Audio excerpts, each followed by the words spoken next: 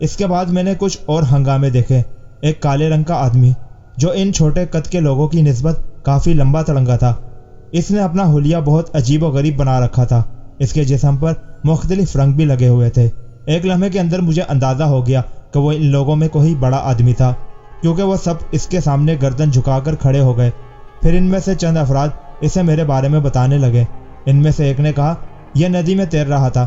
پہلے تو ہم یہ سمجھے کہ ایک بڑی سی مچھلی ہے جو شاید بڑے سمندر سے تیرتی ہوئی ندی میں آ گئی، لیکن جب ہم نے اسے انسانوں کی طرح ہاتھ پیر چلاتے ہوئے دیکھا تو ہم حیران ہو گئے، اور آخرکار ہم نے اسے جال ڈال کر پکڑ لیا۔ تمہیں اس کے متعلق اور کچھ نہیں معلوم ہو سکا؟ اس سردار نے پوچھا۔ نہیں سردار، ان میں سے ایک نے جواب دیا۔ کیوں؟ جب تم یہ سمجھتے ہو کہ یہ انسانوں ہی کی مانند ہے تو تمہیں اس سے بات کرنی چاہیے تھی۔ ہم نہیں جانتے سردار کہ یہ انسانوں کی طرح بول سکتا ہے یا نہیں۔ تم ذرا دیکھو، یہ ہے تو انسانوں جیسا ہی، لیکن تھوڑا سا انسانوں سے مختلف نظر آتا ہے۔ تم بیوقوف ہو، ہٹو میں اس سے بات کرتا ہوں۔ سردار آگے بڑھا اور اس نے کسی قدر نرم لہجے میں مجھ سے کہا، کیا تم بول سکتے ہو؟ میں یہ بات جانتا تھا کہ اس شخص نے، جس کا نام پروفیسر راضی تھا، مجھے ماضی میں اس لیے بھیجا تھا کہ زمانے قدیم کے لوگوں کے بارے میں معلومات حاصل کروں اور ان کی شخصیت کا جائزہ لوں، یہ پتہ چلاؤں کہ یہ لوگ کس طرح زندگی گزارتے ہیں، اور اس کے لیے بہتر یہ تھا کہ اچھے اخلاق کا مظاہرہ کروں، جیسا کہ اچھے انسان ایک دوسرے سے کرتے ہیں۔ چنانچہ میں نے یہ کہا، ہاں میں تمہاری زبان بول سکتا ہوں، تمہارے انداز سمجھ سکتا ہوں، اور سب سے بڑی بات یہ کہ تم لوگوں کا دوست ہوں، کسی طور پر تمہیں نقصان پہنچانے پر آمادہ نہیں۔ سردار میری آواز سن کر خوشی سے جھوم اٹھا۔ اس نے فخریہ نگاہوں سے اپنے ساتھیوں کی جانب دیکھا اور پھر آگے بڑھ کر اس نے دوستانہ انداز میں میرا ہاتھ پکڑ لیا اور بولا، میرا نام بینگو ہے اور میں اس قبیلے کا سردار ہوں۔ ہم لوگ ایک لمبی مدت سے اس سرسبز و شاداب جنگل کے اس گوشے میں رہتے ہیں۔ جنگل بہت بڑا ہے اور اس کی کوئی حد نہیں۔ اس کے بعد سمندر شروع ہو جاتا ہے، اور جہاں سے سمندر شروع ہوتا ہے وہاں سے دنیا ختم ہو جاتی ہے۔ اب تم ہمیں اپنے بارے میں بتاؤ، تمہارا نام کیا ہے؟ کیا تم اسی جنگل یا اسی دنیا کے باشندے ہو یا کہیں اور سے آئے ہو؟ ایک ایسی دنیا جس کے بارے میں ہم نہیں جانتے، کیونکہ تمہارے اندر کچھ تبدیلیاں ہیں۔ تمہارا جسم سنہری ہے اور تمہارا قد لمبا، جبکہ اس جنگل میں ہمارے اس علاقے کے رہنے والے تم جیسے نہیں ہیں۔ میرا نام پراتا ہے اور میں اس جگہ سے آیا ہوں جہاں کے بارے میں تم نہیں جانتے، یعنی سمندر کی دوسری طرف سے۔ واقعی بالکل سچ کہتے ہو، ہم تو پہلے ہی کہتے تھے تم اس دنیا کے انسان نہیں۔ ہمیں خوشی ہے کہ تم ہم تک پہنچے۔ اور اس کے بعد سردار مجھے لے کر بستی کی جانب چل پڑا۔ ہمارے پیچھے عورتوں، مردوں اور بچوں کا ایک ہجوم تھا۔ بستی تک پہنچنے کے لیے ہمیں زیادہ دور نہیں جانا پڑا، اور جھوپڑیوں کی قطاریں تھوڑی دیر میں نظر آنے لگی، جو انسانوں کی رہن سہن کا ایک مخصوص طریقہ ہوتی ہے۔ اگر ماضی میں دیکھا جائے تو یہ لوگ بھی اسی انداز میں رہتے تھے، کیونکہ حال کے جس حصے میں نے شہری آبادیوں کو دیکھا تھا، امینا تو انہیں دیکھ کر ہی دہشت زدہ ہو گئی تھی۔ وہ بڑے بڑے شاندار مکان بنے ہوئے تھے، جبکہ یہ چھوٹے چھوٹے جھونپڑے۔ بہرحال ان جھونپڑوں کی قطاروں میں بھی ایک نظام اور ترتیب نظر آ رہی تھی، جس سے اندازہ لگایا جا سکتا تھا کہ ماضی میں بھی انسان کافی ذہین ہوتے تھے۔ انہوں نے جھونپڑیوں کے درمیان ایک وسیع میدان اور ایک خوبصورت سبزہ زار لگایا ہوا تھا، جہاں ہری ہری گھاس اگی ہوئی تھی، اور گھاس کے کنارے سینکڑوں قسم کے رنگ برنگے پھول سجے ہوئے تھے۔ وہ لوگ مجھے لیے ہوئے اسی سبزہ زار پر آ گئے، اور پھر سردار نے مجھے بیچنے کا اشارہ کیا۔ جب ہم بیٹھے تو ہمارے ساتھ قبیلے کے دوسرے مرد، عورتیں اور بچے بھی بیٹھ گئے۔ بہت سے لوگ جو پہلے اپنے جھونپڑوں میں موجود تھے باہر نکل کر آ گئے اور ہمارے ساتھ شریک ہو گئے۔ غالباً وہ سب کے سامنے میرا مکمل تعارف حاصل کرنا چاہتے تھے، اور میں دل ہی دل میں ہنس رہا تھا اور کہہ رہا تھا کہ دوستو، میں تو انسان ہوں ہی نہیں، تم مجھے دوسری دنیا کا انسان سمجھتے ہو تو یہ تمہاری بیوقوفی ہے۔ اور ہاں، ایک آسانی مجھے حاصل ہے، کیونکہ میں دوسری دنیا کا انسان قرار پا چکا ہوں، اس لیے جو کچھ بھی میں کہوں گا، اور اگر کوئی چیز تمہارے لیے اجنبی ہوئی تو اس پر آسانی سے یقین کر لوں گا۔ اور پھر انہوں نے مجھ سے یہی سوال کیا، تمہارا ادھر کیسے آنا ہوا اور تمہاری دنیا کیسی ہے؟ میرا یہاں آنا صرف ایک اتفاق ہے، اور میری دنیا اتنی دور ہے جس کے بارے میں تم لوگ تصور بھی نہیں کر سکتے۔ ہاں، واقعی ادھر کے لوگ بڑے عجیب ہوتے ہیں۔ ہم تمہیں اپنے درمیان خوش آمدید کہتے ہیں، اور تم یہاں اس وقت تک آرام سے رہو جب تک کہ تم رہنا چاہو۔ تھوڑی دیر کے بعد کھانا آ گیا۔ بینگو کی ہدایت پر میرے لیے کھانا لایا گیا تھا۔ میں نے خاموشی سے ادھر ادھر دیکھا اور پھر انسانوں کی مانند تھوڑا بہت کھانے میں مصروف ہو گیا۔ قبیلے کے تمام لوگ میری آمد پر خوشی کا اظہار کر رہے تھے۔ اور میری نگاہیں ان سب کا جائزہ لے رہی تھی۔ پتہ نہیں یہ میری کون سی حس تھی، یا تو یہ کہ انسانوں کی دنیا میں مجھے انسانی حصوں کا بھی اندازہ ہو گیا تھا، کیونکہ جہاں میں نے بے شمار انسانوں کے چہروں پر اپنے لیے خوشی کے آثار دیکھے تھے، وہیں ایک ایسا چہرہ بھی میری نگاہوں میں آیا تھا جس کی آنکھوں میں میرے لیے نفرت اور ناپسندیدگی نظر آ رہی تھی۔ بہرحال اس کے بعد میں نے اس کے بارے میں معلومات حاصل کی تو مجھے پتہ چلا کہ اس کا نام ہنالا ہے۔ یہ قبیلے کا جادوگر تھا، اسے قبیلے میں ایک خاص حیثیت حاصل تھی اور سردار بینگو سمیت تمام لوگ اس کا زبردست احترام کرتے تھے۔ مجھے یوں لگا جیسے وہ لوگ ہنالا کے بارے میں خوف کا شکار ہو اور اس کے اندر کوئی ایسی بات ضرور تھی جس کی وجہ سے وہ اس سے ڈرتے تھے۔ بہرحال ہنالا خاموش و سرد نگاہوں سے مجھے گھور رہا تھا۔ بینگو نے اس سے میرا تعارف کرایا تو اس نے ایک لفظ میرے بارے میں نہ کہا۔ اس نے کھانے میں بھی ہمارے ساتھ شرکت نہیں کی، بلکہ بڑی نفرت سے انکار کرتے ہوئے کہا، نہیں تم جانتے ہو کہ میں عام لوگوں کے ساتھ کھانا نہیں کھا سکتا۔ یہ کہہ کر وہ اپنی جگہ سے اٹھا اور وہاں سے چلا گیا۔ بینگو ایک لمحے تک اسے دیکھتا رہا۔ میں نے محسوس کیا کہ بینگو کے چہرے پر تشویش کے آثار ہیں، لیکن بہرحال وہ کچھ بولا نہیں، یہاں تک کہ سورج چھپنے لگا اور شام کے مناظر نمایاں ہوتے چلے گئے۔ سردار مجھ سے اجازت لے کر چلا گیا، لیکن اس نے میری خاطر مدارت کے لیے کچھ لوگوں کو مقرر کر دیا۔ نہ جانے کیوں میرے ذہن میں یہ تصور پیدا ہو گیا کہ پروفیسر راضی کے لیے مجھے ان لوگوں سے معلومات حاصل کرنی چاہیے، حالانکہ میں تو بالکل مختلف چیز تھا۔ انسانوں کی اپنی خواہشات کو بھی میں پوری طرح نہیں سمجھتا تھا، بلکہ ابھی تو انہیں سمجھنے کی کوشش ہی کر رہا تھا۔ لیکن نہ جانے کیوں پروفیسر راضی کی خواہش مجھے اپنی خواہش محسوس ہوئی۔ جو لوگ میرے ساتھ تھے میں نے ان سے معلومات حاصل کی اور شام تک ان لوگوں کے ساتھ گفتگو کے دوران مجھے ان کے بارے میں بہت سی باتوں کا علم ہو گیا۔ یہ آزاد زندگی گزارتے تھے، یہاں کوئی بھی کسی کو پسند کر سکتا تھا اور ایک مرد اور ایک عورت بغیر کسی رکاوٹ کے آپس میں زندگی گزار سکتے تھے۔ پھر ایک لڑکی میرے پاس پہنچی جو چھوٹی سی عمر کی تھی۔ اس نے مجھے اپنے ساتھ چلنے کی دعوت دی۔ میں تو یہی سمجھا تھا کہ یہ بھی سردار بینگو کے حکم سے ہے، لیکن اپنے چھوٹے سے جھوپڑے میں جا کر اس نے مجھے اپنی ماں سے ملایا، جو 30-32 سال کی ایک عورت تھی اور اس کا بدن بھی انتہائی طاقتور اور توانا تھا۔ عورت نے اپنی بیٹی کا تعارف مجھ سے کراتے ہوئے کہا، اس کا نام لاکا ہے۔ بہرحال لاکا مجھے کس مقصد کے لیے یہاں لائی تھی یہ میں نہیں جانتا، لیکن ان دونوں ماں بیٹیوں نے مجھے بہت زیادہ محبت سے اپنے درمیان خوش آمدید کہا اور لاکا کی ماں کہنے لگی، دوسری دنیا کے اجنبی، کیا تمہیں یہ بات معلوم ہے کہ ہر جگہ جہاں بہت سے اچھے لوگ ہوتے ہیں کچھ برے لوگ بھی پائے جاتے ہیں؟ ہنالا ہمارے ہاں کا برا انسان ہے اور وہ تمہیں بھی نفرت کی نگاہ سے دیکھ رہا ہے، تمہیں اس سے ہوشیار رہنے کی ضرورت ہے۔ لیکن آخر کیوں؟ افسوس، اس بارے میں کوئی بھی کچھ نہیں جانتا، لیکن یہ حقیقت ہے کہ ہنالا اجنبیوں کو پسند نہیں کرتا اور ہمارے قبیلے میں ہنالا کا حکم کوئی نہیں ٹال سکتا اور ہمارے سردار کو بھی اس کے حکم کی پابندی کرنی پڑتی ہے۔ چونکہ ہنالا جادوگر ہے، اس کے قبضے میں روحیں ہوتی ہیں، وہ مرنے والوں کی روحوں کو بلاتا ہے، ان سے بات چیت کرتا ہے اور ایسے سارے کام کر سکتا ہے جو دوسرے نہیں کر سکتے۔ ہمارے قبیلے میں کوئی بھی اس کی مرضی کا بغیر کچھ نہیں کر سکتا۔ وہ بیماریوں کو ٹھیک کرتا ہے اور بیماریوں کو یہاں سے دور بھگا دیتا ہے۔ میں نے بڑی حیرت سے یہ سب کچھ سنا تھا۔ سانپوں کے قبیلے میں وادی اشمولہ میں ہشالہ بھی ایسی ہی ایک شخصیت تھی، لیکن وہ تو بہت اچھا تھا، بے حد مہربان اور ہر ایک سے محبت کرنے والا۔ بہرحال یہ سب کچھ جاری رہا اور میں پروفیسر راضی کے لیے بہت سی معلومات حاصل کرتا رہا۔ بہت کچھ معلومات مجھے وہاں سے ملی۔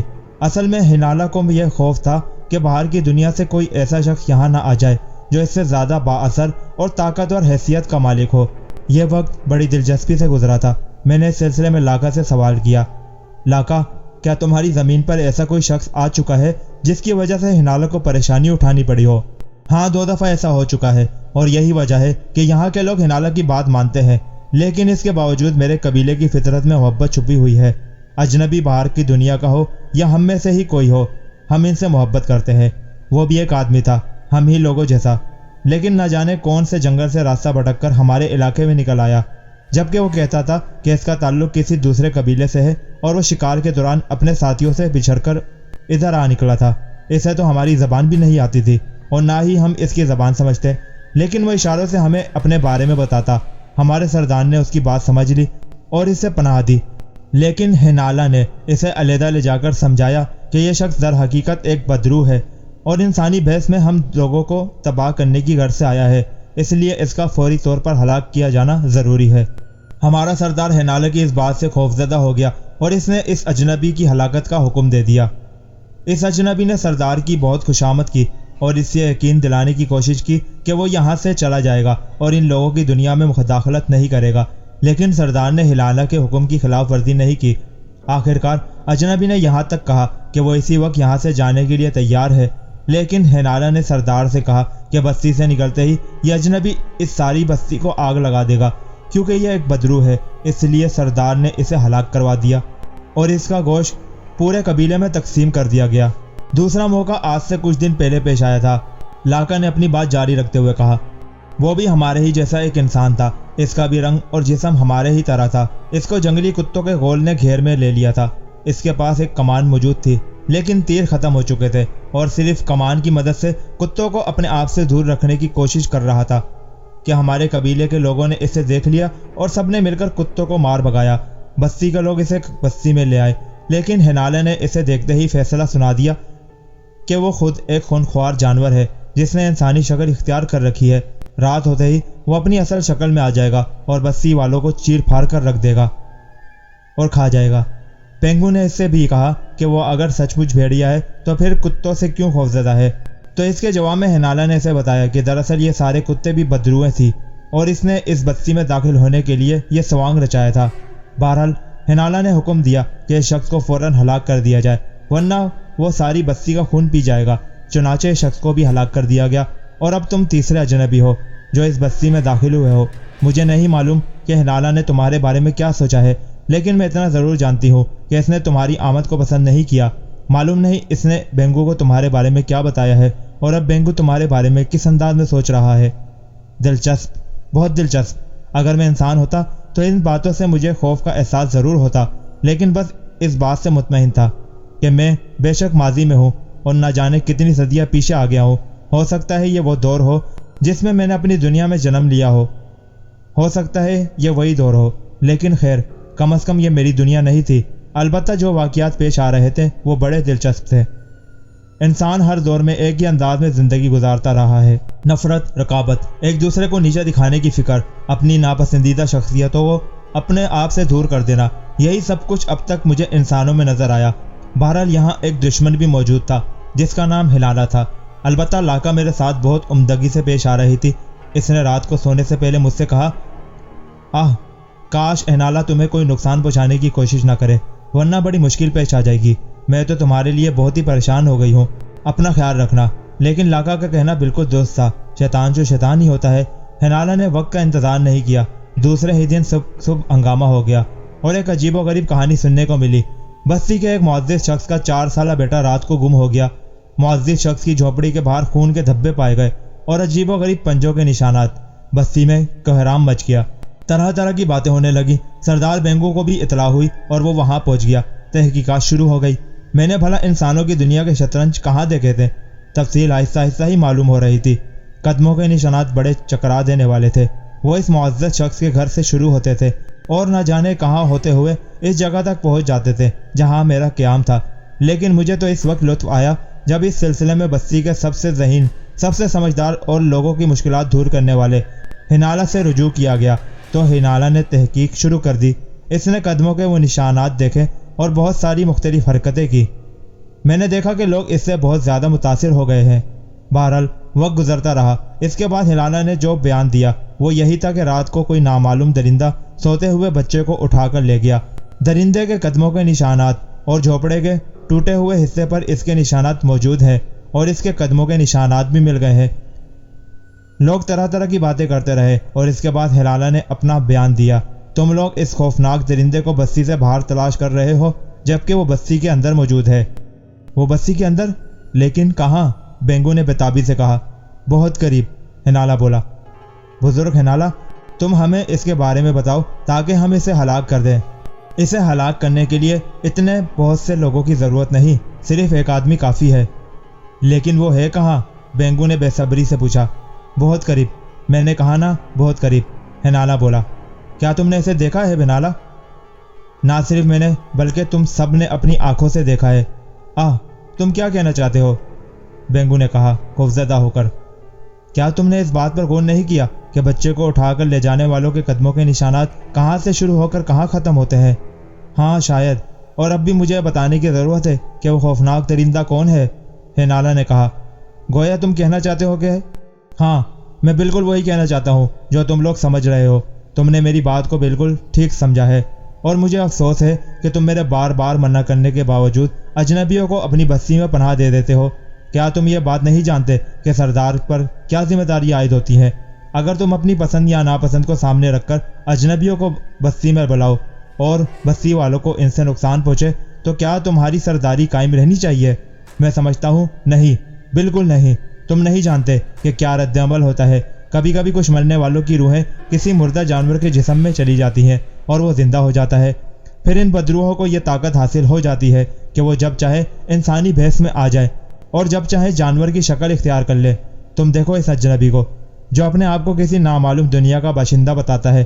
اصلیت یہ ہے کہ وہ بدروح ہے، اور جب یہ چاہتا ہے تو انسان کی شکل اختیار کر لیتا ہے، اور جب چاہتا جانور بن جاتا ہے۔ اور اب تم میری یہ پیشگوئی یاد رکھو کہ وہ راتوں کو اس طرح درندے کا روپ دھار کر ہمارے آدمیوں کو کھاتا رہے گا۔ ہمارا دشمن ہمارے بالکل قریب آ چکا ہے۔ لیکن ہینالا، بس صرف ایک بات، اسے جتنی جلدی ہو سکے ہلاک کر دو۔ مگر وہ تو بہت سیدھا سادہ نظر آتا ہے، اس کے اندر بدروح ہونے کی کوئی علامت نظر نہیں آئی، بینگو نے کہا۔ یہ تم کیا کہہ رہے ہو؟ کیا اس کا رنگ ہم جیسا ہے؟ کیا وہ بالکل ہم میں سے محسوس ہوتا ہے؟ نہیں، بچوں جیسی باتیں مت کرو، میں تمہارے قبیلے کا جادوگر ہوں۔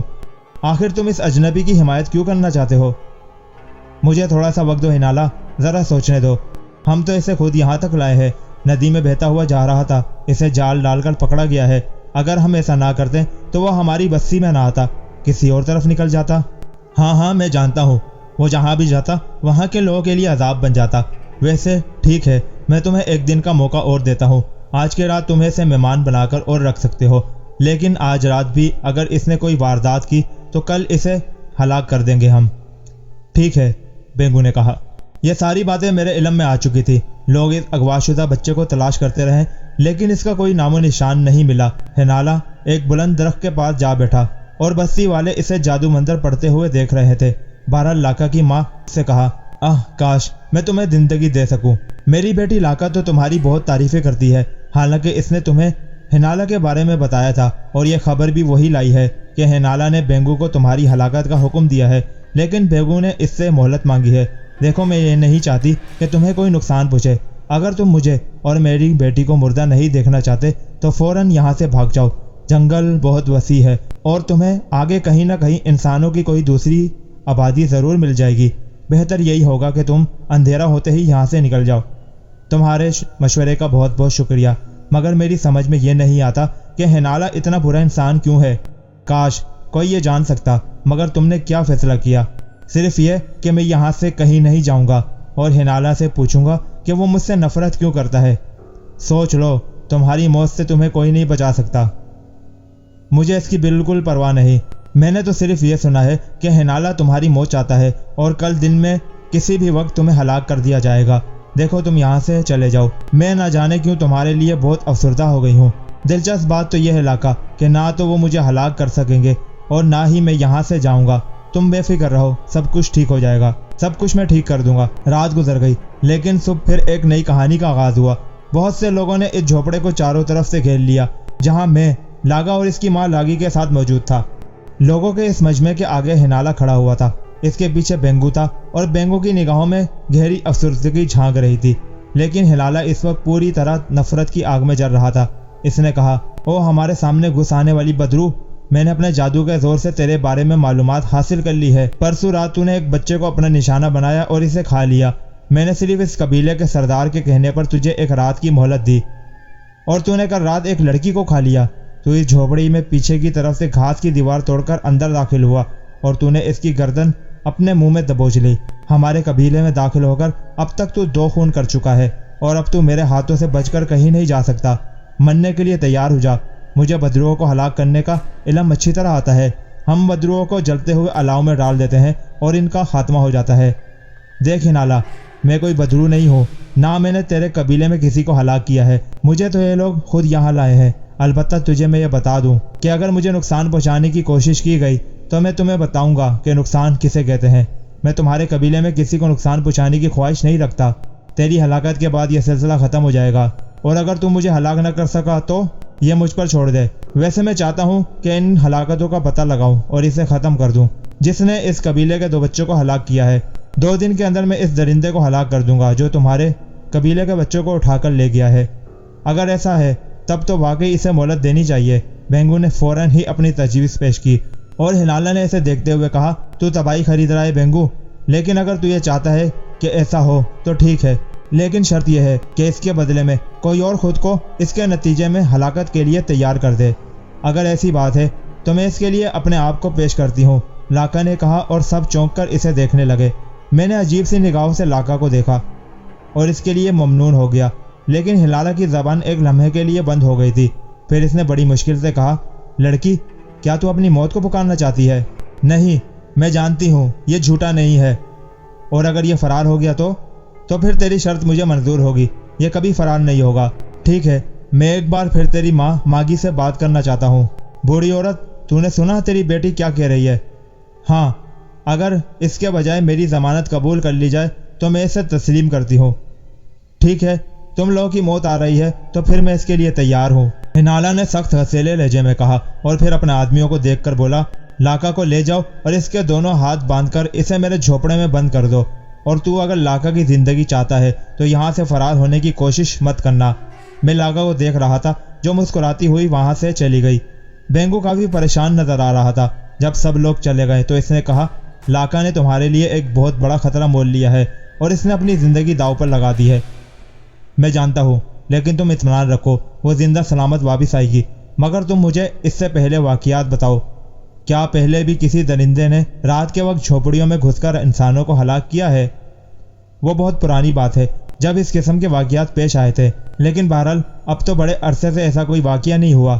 دوپہر کے وقت ماگی نے میرے ساتھ کھانا کھایا۔ باہر جسم کو جلسا دینے والی گرمی پڑ رہی تھی۔ ساری بستی میں جیسے سورج کی پگھلی ہوئی چاندی بہہ رہی تھی، لیکن گھاس پھوس سے بنے ہوئے اس جھوپڑے میں ٹھنڈک تھی۔ ماگی اپنی بیٹی کی طرف سے ذرا بھی فکر مند نہیں تھی، کیونکہ اسے مجھ پر اعتبار تھا۔ سورج ڈھلنے تک میں جھوپڑی کے اندر آرام کرتا رہا اور شام ہونے سے پہلے میں ماگی کے ساتھ باہر نکل آیا۔ ماگی میرے ساتھ بستی کے چکر لگا رہی تھی۔ آخرکار میں نے بینگو کے سامنے پہنچ کر اس سے کہا کہ وہ مجھے ان دونوں جھوپڑوں میں لے جائے جہاں کل اور پرسوں کسی درندے نے 2 بچوں کو اغوا کر لیا تھا۔ وہ دونوں جھوپڑے جن میں درندے نے وارداتیں کی تھی بستی کے شمالی سرے پر واقع تھے، اور شمال کی طرف جنگل بہت گھنا اور تاریک تھا۔ میرے لیے سمجھنا بالکل دشوار نہیں تھا کہ درندہ شمال کی طرف سے آتا ہے، اور اگر آج بھی وہ آیا تو اسی جانب سے آئے گا۔ دونوں جھوپڑے ایک دوسرے کے قریب واقع تھے۔ بہرحال میں نے چالاکی سے اس تیسرے جھوپڑے کے، جو کہ ان دونوں جھوپڑوں کے قریب تھا، مکینوں کو کہیں اور منتقل کرنے کی بات کی، اور بینگو کے اشارے پر میری اس بات کی تصدیق ہو گئی۔ اب اس کے بعد مجھے یہاں انتظامات کرنے تھے، اور اس میں کوئی شک نہیں کہ جسمانی طور پر میں اپنے آپ کو انتہائی طاقتور پاتا تھا، اور اگر واقعی کوئی نامعلوم درندہ جھوپڑے پر حملہ آور ہونے کی کوشش کرتا تو میں اس کا مقابلہ کر سکتا تھا۔ آہستہ آہستہ رات ہو گئی۔ میں نے جھوپڑے سے تھوڑے فاصلے پر ایک درخت کے نیچے قیام کیا اور خاموشی سے وہاں رک کر انتظار کرتا رہا کہ کوئی درندہ اس طرف آئے اور صورتحال کا اندازہ ہو سکے۔ رات گھاسی گزر گئی، چاند نکل آیا۔ جنگل کی طرف سے شیر کی دھاڑ، کبھی کبھی گدڑوں کی آوازیں اور ایسی بہت سی ملی جلی آوازیں سنائی دی جاتی۔ شیر دھاڑتا تو درختوں پر بیٹھے ہوئے پرندے اڑنے لگتے اور اپنی جگہ چھوڑ دیتے۔ اچانک میں نے ایک طرف سے ایک سائے جیسی چیز کو آتے ہوئے دیکھا۔ وہ چاروں ہاتھ پاؤں پر چل رہی تھی۔ میں ایک دم ہوشیار ہو گیا۔ شاید میرے خیال میں وہی درندہ آ رہا تھا۔ میری آنکھوں میں عجیب سی کیفیت اتر آئی۔ کیا واقعی میں جو کچھ دیکھ رہا ہوں وہ حقیقت ہے؟ میں اس حقیقت کا تجزیہ کرنے کے لیے بے چین ہو گیا تھا۔ پراتا کو کون سا درندہ دکھنے والا تھا اور آگے پراتا کے ساتھ کیا واقعات ہونے والے تھے، یہ سب واقعات کل آپ پارٹ 5 میں پڑھ اور سن سکیں گے۔ اس پارٹ کے دوسرے پارٹ کا نوٹیفیکیشن حاصل کرنے کے لیے چینل کو سبسکرائب کر کے گھنٹی کا نوٹیفیکیشن ضرور دبائیے تاکہ آپ کو تمام ویڈیوز کا نوٹیفیکیشن بر وقت مل سکے۔ ناگ دیوتا کے پارٹ 5 کے ساتھ ملاقات ہوگی۔ اللہ حافظ۔ پاکستان زندہ باد۔